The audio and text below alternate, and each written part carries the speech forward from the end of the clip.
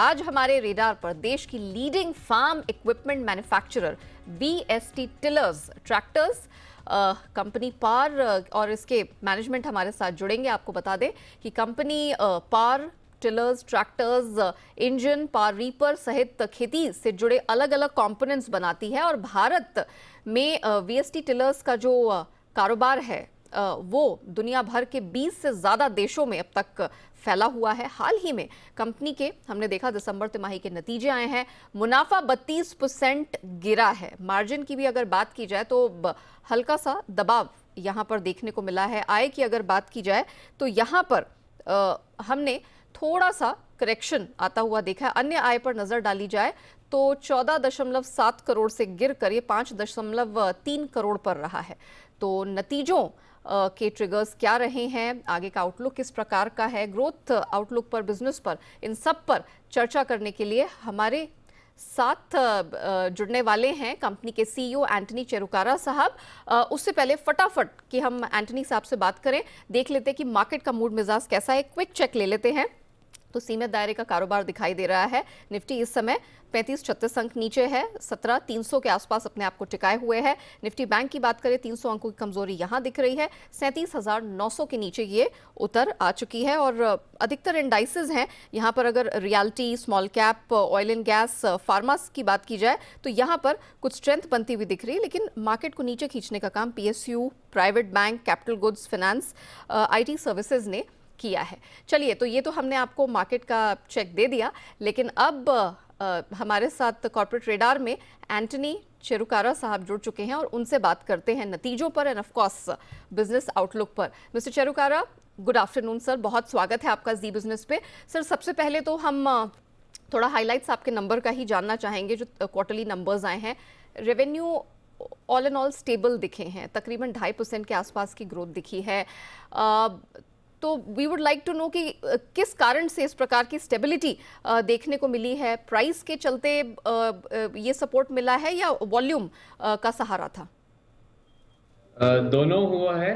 Price was more, inflation tackle करने के लिए बढ़ाना पड़ा है।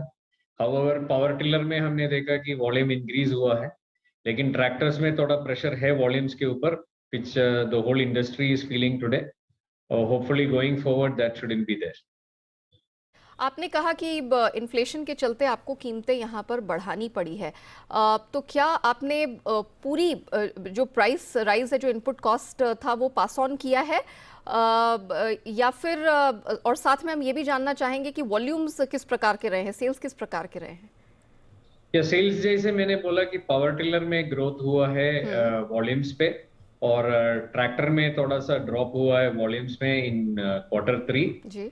लेकिन आगे वाला जो इंडिकेशन है, जो वाटर अवेलेबिलिटी है और प्राइसिंग जो फार्मर को मिल रहा है, उस वजह से हमको लग रहा है कि आगे Q4 should be much better than Q3।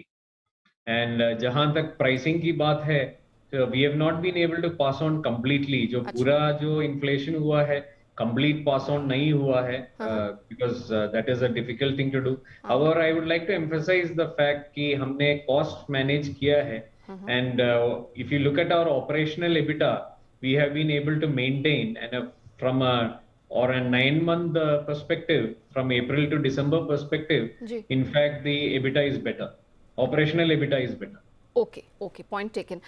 Mister Cherukara, अगर आप हमें बता सके कि गोइंग फॉरवर्ड अगले 3 से 4 साल में, थोड़ा लंबी अवधि का आपसे रुझान जानना चाहूंगी, किस तरह के रेवेन्यू ग्रोथ रेट की आप अनुमान लगाकर चल रहे हैं कंपनी के लिए, और कौन से की ग्रोथ ड्राइवर्स आपको यहाँ पर बनते हुए दिखाई दे रहे हैं? हमने एक विजन 2025 बनाया है, जहां पे हमने मिनिमम 30 to 35% CAGR ग्रोथ की हमने अनुमान लगाया है। So first year, which was last financial year, हमने 40% growth achieve किया है, and this year the 2 years we would have passed in that journey, and this year we are hoping to end up at about 30% CAGR. So we are in track with the vision statement that we have built for ourselves. Okay, mister Cherukara, आपने margins को लेकर तो अपनी commentary की शुरुआत में ही clarity दी, लेकिन मैं आपसे ये समझना चाह रही थी कि हमने देखा है कि अधिकतर कंपनियों के जितने भी नंबर्स निकल कर आए हैं, हाई इनपुट कॉस्ट के चलते और रॉ मटेरियल्स महंगे होने के चलते लगातार कमोडिटी प्राइसेस में जो इजाफा दिखा है उसके चलते मार्जिन में खासा हिट दिखा है। गोइंग फॉरवर्ड अभी भी कीमतें कोई बहुत ज़्यादा कूल ऑफ होने के कोई ऐसे पुख्ता संकेत मिल नहीं रहे हैं। गोइंग फॉरवर्ड आप मार्जिन आउटलुक क्या रख के चल रहे हैं, अगर आप हमारे दर्शकों को बता सकें? Definitely inflation continues to be an issue. अभी जो पॉलिटिकल टर्मोइल हो रहा है, ऑयल प्राइसेस जो बढ़ रहा है वगैरह, so that continues to be an issue that will create margin pressure for all of us in the industry. और हमारे लिए भी ये प्रेशर है, but the point I said before, we have been able to manage this pressure through better cost efficiency. जैसे आप हमारा आंकड़े देखेंगे, जो ऑपरेशनल एबिटा है, I am not talking about the overall EBITDA but the operational EBITDA, wherein we have been able to manage better than the previous year also. And I think that performance will continue because there are multiple projects that we have taken up जो efficiency बढ़ाने के लिए, and that is yielding results as of now. Okay, तो इसका मतलब मान के चलें कि अभी आप आगे जो ये कैलेंडर ईयर है इसमें कोई और प्राइस हाइक नहीं दिखेंगे। अगर आप उन प्रोजेक्ट्स के बारे में हमें बता सके जो बेटर प्राइस एफिशिएंसी की आप बात कर रहे थे, क्या गोइंग फॉरवर्ड अगर इसी तरह से महंगाई की मार झेलती रही इकोनॉमी, तो क्या प्राइस हाइक की संभावनाएं हैं आगे? Yeah, it depends on the quantum of price rise required. Commodity inflation अगर शूट अप करते रहे, अभी $95 टू अ बैरल आ गया oil, now it continues to rise, then all of us will be in trouble and we will have to look at a price rise. So it is a very volatile situation. अभी confirm करना बहुत मुश्किल है, but if things improve, I don't see any reason why the industry will have to look at a price rise. But it is a very volatile situation. To confirm anything at this point in time is difficult. अच्छा, ठीक है mister चेरुकारा, अब थोड़ा सा आपके products के बारे में बात करते हैं। हम ये समझना चाहेंगे कि वित्त वर्ष 2023 के लिए जो नया वित्त वर्ष है, इसमें प्रोडक्ट लॉन्च पाइपलाइन किस प्रकार की, खासतौर से आपका जो इलेक्ट्रिक ट्रैक्टर सेगमेंट है, अगर आप वो विस्तार से बता सकें। जी, हमने ऑलरेडी इलेक्ट्रिक ट्रैक्टर्स, एक कंपनी है यूएस में, उसमें इन्वेस्ट किया है, and we are also working with them.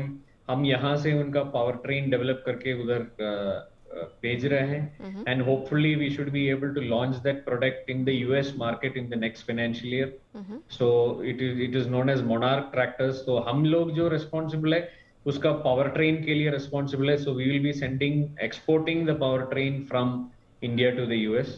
That is one aspect. However, electric tractor for India, that is something that we will be working on for the future. Okay. अच्छा sir, मैं India market के बारे में थोड़ा सा आपसे बात करूंगी। उससे पहले मुझे ये बताइए, आपकी प्रेजेंस विदेशों में भी है, तो वहाँ से किस तरह का रिस्पांस रहा है? सितंबर में आई सपोज वीएसटी टिलर्स ने कुछ range of tractors, power tillers south African market में लॉन्च किए थे, तो उसके बारे में बताइए। ग्रोथ कैसी रही है, रिस्पांस कैसा रहा है, और आगे का प्रोस्पेक्ट कैसे दिखाई दे रहा है? यस, सो एक्सपोर्ट्स में we got into two markets. एक तो हमने यूरोप में पहले से प्रेजेंट था, specially in western Europe, and we have been able to consolidate further on it in France, Belgium, Germany, Netherlands, Spain, Portugal. We have got a good presence now, and the business जो इस साल growth 100% से ऊपर growth हुआ है exports में to Europe in the compact tractor segment जहां पे हम ऑपरेट करते हैं। The second aspect was to getting into African market, जिसे we tied up with ETG for South Africa, and I am very happy to say the response has been very good. The business is growing, and with the launch of more products, specially higher horse power segment में, जो हम लोग अगले साल जो VST Zetor के through हम launch करने वाला है, these products also will be taken into Africa. So we look forward to a good growth in the African continent. इसका कोई क्वांटम आप रख पाएंगे, किस तरह से आपके आय को ये इम्पैक्ट करेगा going forward? It is very difficult to give you a volume at this point in time. We don't have a forward-looking figure on that. But however, I can say Africa is going to be a very good focus market for us, especially higher horsepower tractors. Okay. अब मैं थोड़ा Indian market के बारे में आपसे जानना चाहूँगी, given the fact कि अब पैंडमिक पूरी महामारी हमारे पीछे है, इंडियन मार्केट में किस प्रकार की डिमांड और क्या डिमांड ग्रोथ के आपको पुख्ता संकेत मिलते दिख रहे हैं? इंडियन मार्केट में कितना बड़ा स्कोप गोइंग फॉरवर्ड दिख रहा है? आपने बताया कि आप यहाँ पर अपने ट्रैक्टर सेगमेंट में कुछ अलग से काम कर रहे हैं, उसके बारे में थोड़ा विस्तार से बताइए। ऑफ कोर्स इंडियन मार्केट में आपकी क्या एक्सपेक्टेशन है? जी, हमारा दो सेगमेंट है। Very clearly we are one of the companies in India जो छोटे किसान के साथ भी काम कर रहे हैं और बड़े किसान के साथ भी काम कर रहे हैं विद आवर ट्रैक्टर्स। सो छोटे किसान की सेगमेंट की अगर पहले बात करें, so we are talking about power tillers, power weeders and that segment, जहां पे affordability and innovation is the key to drive growth. And इस सेक्टर में हम काफी ग्रोथ दिख रहा है this year also, despite the fact that tractor industry में थोड़ा सा स्लोनेस नजर आ रहा है, लेकिन power tiller industry is growing this year and the business is doing well, and I think that will continue to grow because simple reason is हमारा देश में 70% किसान स्मॉल एंड मार्जिनल फार्मर है, which is less than 2 acres of land holding जी। and a tractor which is costing more than 6 lakhs or 7 lakhs becomes an affordability issue for these farmers. And we see if we are able to create accessibility and retail finance availability for the smaller farmers, जिसमें हम काम कर रहे हैं. So with this reason we feel that the small and marginal farmer segment needs mechanization and it will continue to grow. And in the tractor segment, there is an influence of inflation. There is also in the future going to be an influence of technology wherein stage 5 emission norms will come in, which will make the higher horsepower tractors little more expensive than what it is today. So is current there could be a certain shift in the horsepower segments as well that will happen in India. So overall, we feel that the segment we are in, which is the compact and small HP segment, is slated for growth, and especially the power tiller segment, जिसमें हम small and marginal farmer को serve कर रहे हैं, that is going to see continuous growth for considerable time. अच्छा Antony sir, एक हमने चीज नोटिस की थी कुछ दिनों पहले कंपनी ने एक बड़े ही अलग किस्म का यूनिक ऑफर का ऐलान किया था। वो ये था कि ब्रश कटर उस रेंज पर 100% आप फाइनेंस दे रहे हैं। तो आप क्या इसके सेल्स पुश करने का इरादा है या क्या कारण है जो आप 100% फाइनेंस इस रेंज पर, ब्रश कटर रेंज पर दे रहे हैं?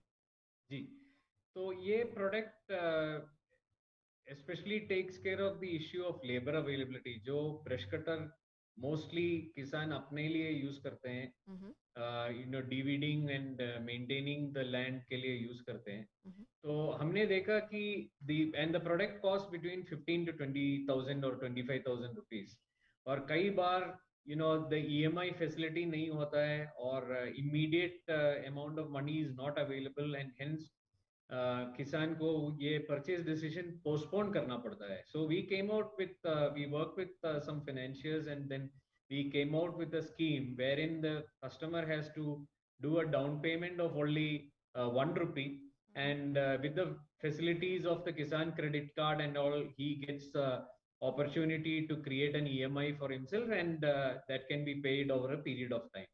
So this has been able to create easier purchase for the farmer and thereby increase volumes. Okay mister Chirukara, thank you so much आज हमारे साथ जुड़ने के लिए, ऑफ कोर्स नतीजों पर अपनी कमेंट्री देने के लिए, वो हाइलाइट्स रखने के लिए, एंड हमारे दर्शकों के साथ अपने आगे के plan both for Indian markets end of course आपके जो एक्सपोर्ट जो आपके फॉरेन मार्केट्स है उसके बारे में भी पूरे बिजनेस डिटेल्स हमारे दर्शकों के साथ साझा करने के लिए। Sir thank you so much.